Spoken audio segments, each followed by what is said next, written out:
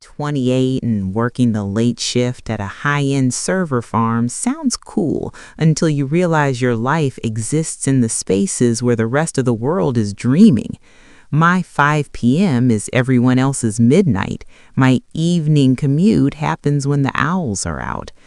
I live in Oak Ridge, the kind of suburb where the grass is cut to a precise 2.5 inches and the silence is so heavy it feels like it's pressing against your eardrums. I drive a matte black car. I wear dark hoodies because the server rooms are freezing. To my neighbors, I wasn't a guy named Mark trying to pay off a mortgage. I was a threat. I first noticed the curtain twitchers 3 weeks in. I'd pull into my driveway at 2:15 a.m., the headlights cutting through the fog. Before I even opened my door, I'd see it. A slight shimmer in Mrs. Gable's window across the street, a pale hand parting the drapes just an inch, then the blue light of a cell phone. She wasn't checking the time, she was reporting me. The escalation. The Nextdoor app was my window into their madness. I'd created a fake profile to see what was being said. It was a war zone. Suspicious male spotted again, one post read. Hooded figure loitering in his own driveway for 45 seconds before entering the house. Stay safe, neighbors. Lock your doors. I felt the heat rise in my chest. Loitering, I was checking my mail. I felt like a stranger in my own home. Every time I stepped out of my car, I felt the weight of a dozen judgmental gazes. It was a suffocating, prickly sensation, the feeling of being guilty of a crime I hadn't committed. I was being voted off the island by people who had never even waved hello. The breaking point came on a Tuesday. I was walking to my door when a patrol car rolled slowly down the street, its spotlight washing over me like I was a convict on the run. The officer was polite, but the message was clear. Someone called you in. I looked over at Mrs. Gable's window. The curtain twitched. She was watching her victory. I didn't sleep that night. I sat in the dark, my heart hammering against my ribs. I wanted to scream. I wanted to blast music at 3 a.m. just to give them something real to complain about. But then I saw Mr. Henderson next door.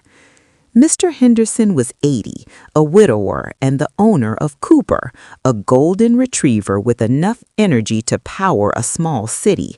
Every morning at 6 a.m., I'd see Mr. Henderson struggling, his knees clicking as Cooper practically dragged him down the sidewalk.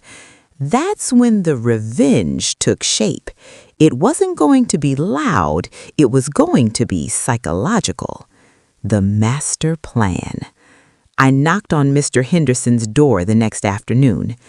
"Mr. Henderson," I said, putting on my best polite grandson voice, "I work nights, and I find it really hard to wind down when I get home.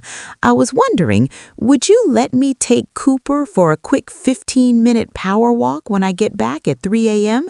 It would help me relax, and maybe it would let you sleep in a little later." The old man's eyes lit up like Christmas. "Son, if you can tire that dog out so he doesn't wake me up at dawn, I'll pay you." "No, sir," I smiled, the gears turning. "Let's call it $20 a week for dog-sitting fees, just to keep it official." The first night was the test. 2:45 a.m. I pulled into the driveway. I saw the curtain twitch. I knew Mrs. Gable was reaching for her phone, ready to report the hooded menace again. Instead of scurrying inside, I walked straight to Mr. Henderson's porch. He had left the side gate unlatched. Out bounded Cooper, tail thumping like a drum. I didn't hide in the shadows. I walked right into the middle of the street under the brightest streetlight and started playing a vigorous game of tug-of-war. I made sure to be visible. I laughed, loudly enough to carry. I let Cooper bark once or twice in excitement. We did 3 laps around the block. The shift in the neighborhood chat was instantaneous. Wait, is that the suspicious guy? He's walking Mr. Henderson's dog.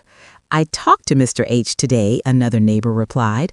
Apparently, that young man is a saint. He gets home from a grueling 12-hour shift, and the first thing he does is help an elderly neighbor who can't walk his dog anymore. Such a selfless soul. The revenge was sweeter than I ever imagined. A week later, I was getting home at my usual time. Mrs. Gable, the lead investigator of the Anti-Mark Committee, was actually standing on her porch in her bathrobe. I braced myself for a lecture. Instead, she waved. "God bless you, Mark," she whispered loudly. "Mr. Henderson told of what you're doing. It's so rare to see a young man with such a servant's heart these days. We feel so much safer knowing you're out here keeping an eye on things at night." I almost choked. I had gone from the predator to the night watchman for the price of a few dog treats and a stroll. I had successfully weaponized their own gossip against them. They didn't just tolerate me, they felt indebted to me. But the real kicker? The dog. Cooper is a creature of habit. He now sits by the front door at 2:50 a.m., whining and wagging his tail.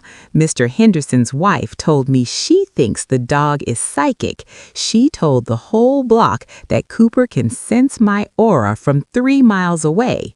I'm not a suspicious character anymore. I'm a local legend with a psychic dog.